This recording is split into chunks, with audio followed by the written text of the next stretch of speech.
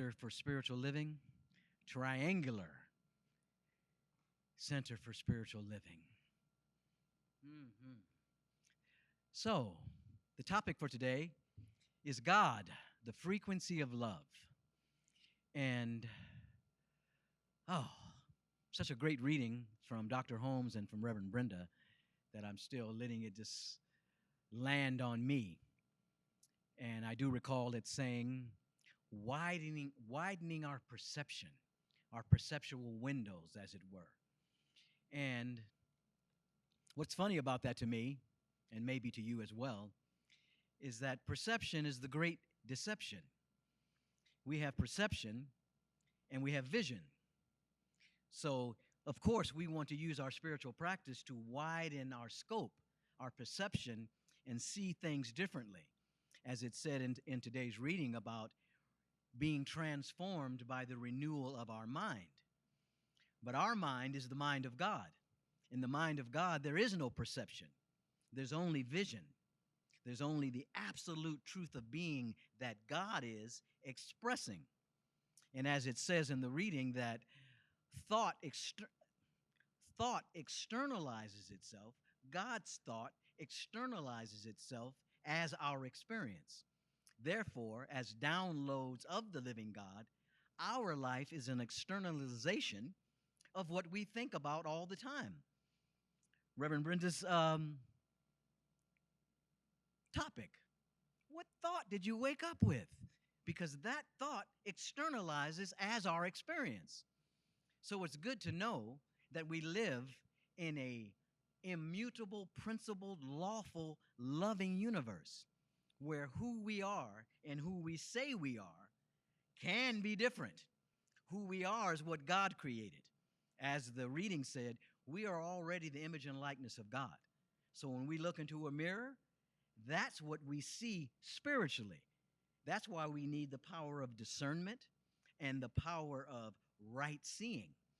Because if we look in the mirror and don't like what we see in our body, might believe we're not the image and likeness of God. We will look at our body and think we are a body. We will think we are the pimples on our face. We will think we are flawed somewhere. Not so. God is spirit. We worship in spirit.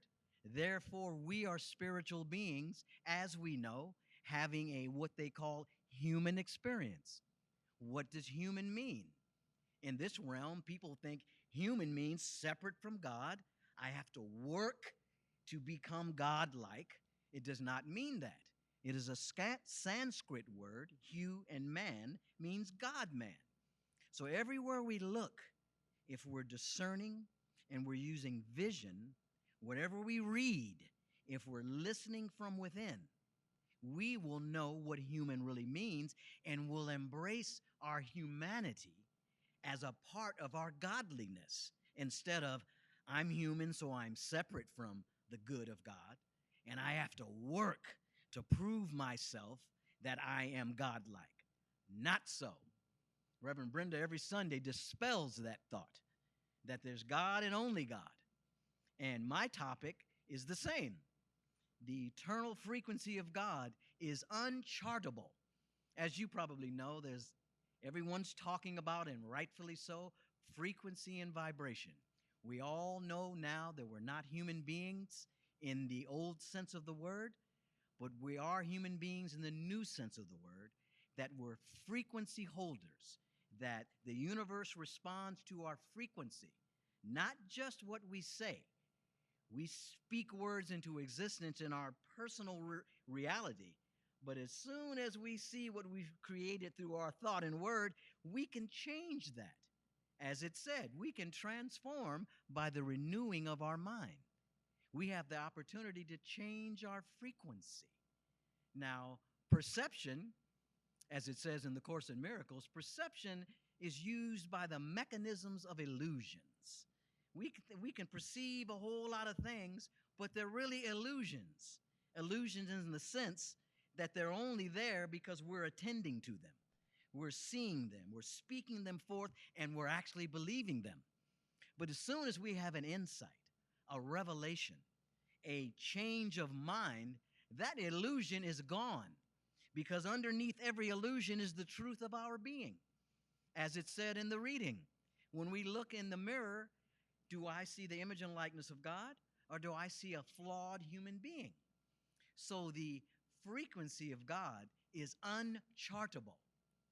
The Heart Math Institute and various scientists across the planet are charting now the frequency of everything, of the heart, of the brain, of the mind. But I got to tell you, God is unchartable. The more we unfold and the more we awaken and the more science tries to catch up and reveal, God is going to always be off the chart. It's not going to be scientifically chartable because it's infinite. It's beyond thought, beyond words, as Joseph Goldsmith would say, beyond words and thoughts. We can't even comprehend with our puny human mind the infinite. But being a download of it, we can, what's that word? We can, in unity, reveal it. And that's what we're here to do. Ooh, that's so good. We're here to reveal the life of God. There's no separation. If I am the image and likeness of God, as George is the image and likeness of God. Slow down, Akili. If everyone here is truly the image and likeness of God, we need do nothing but acknowledge the truth of our being, have the courage, the discipline, the intention to see ourselves as we are seen. In that particular case, it requires us to remove the blocks to that awareness. And the only thing or things that could block that awareness is our identification, our thoughts, and our words. And then we can become hypnotized through the mechanisms of illusions, perception being one of them, or through our spiritual practice, as we did this morning, through our daily meditation, through our daily practice of self-forgiveness and forgiveness of others. Everything that we do as a part of our spiritual practice will allow us to allow the clouds of separation to just dissipate, dissolve, and fall away, because they're only there through our attention. We're attending to thoughts, so here they are externalized. That is such good news. That is the part of the gospel, meaning the good news, as Brother George said this morning. That's the good news. We're not bound by our genetics. Epigenetics has already taught us. We're not like horses. We don't have to stay the same. Oh, no. We don't have to stay the same as our ancestors. They've left us, our ancestors have left us a blueprint, but there's a deeper blueprint that God is, as it said in the reading, the perfect pattern, which is, as we know, Latin for pater, which is the Father. That tells us wherever language we're speaking, everything comes back to Father, Mother, God. God already said who we are. You are my beloveds. You are the light. Go forth and multiply the consciousness of the all-good, of the all-powerful, of the all-loving. You, me, us, we're the only things that can do that consciously. Now, of course, you look up on the earth, you look underneath the earth, you look underneath the ocean. All kind of creation is teeming and revealing God. But we get to say out of our mouths, I am. We get to utter the word of God and have it really mean something. Have that thought, that idea, that love externalize as our life. How good is that? What a good deal we are in on. We did not create ourselves, so we're really not responsible for that part of it. But the part that we are responsible for is to allow Spirit to move through us in a creative, intelligent way.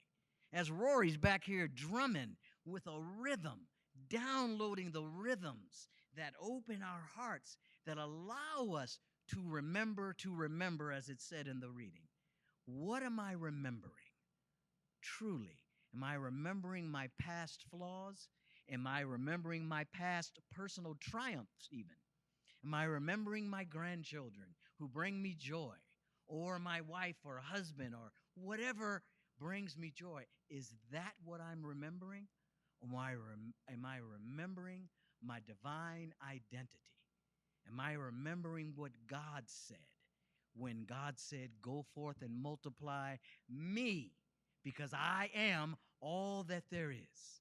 In every disguise, I am is underneath that. That's what Reverend Brenda said in her writing. Underneath everything is the I am presence. And that should bring joy to our hearts as we remember, I'm not who I thought I was. I'm what God says I am. I thought I was somebody's son. I thought I was somebody's grandson. I thought a lot of stuff. Not so. True, but not so. A fact, but not eternally true. I could say I'm my mother and father's beloved son. But in truth, that is a fact, but in truth, I'm God's beloved son. And when I say son, I'm S-U-N-ing, not a anthropomorphic son, but a spiritual son, like that sun in the sky that's beaming through that triangle in front of me, that pyramid reminding me of the fire within God that we are. So, the uncharted frequency of God is my and can be our intention. Turning away from perception and seizing vision. Let the vision of God flood our awareness so that we see rightly. As the Master Jesus or Yeshua spoke, let thine eye be single, and thy body shall be full of light. The singular eye, the eye that God sees us with. Could you imagine if our Creator saw us as flawed? We would be flawed eternally. Can you imagine if God saw through perception, changing? Woo!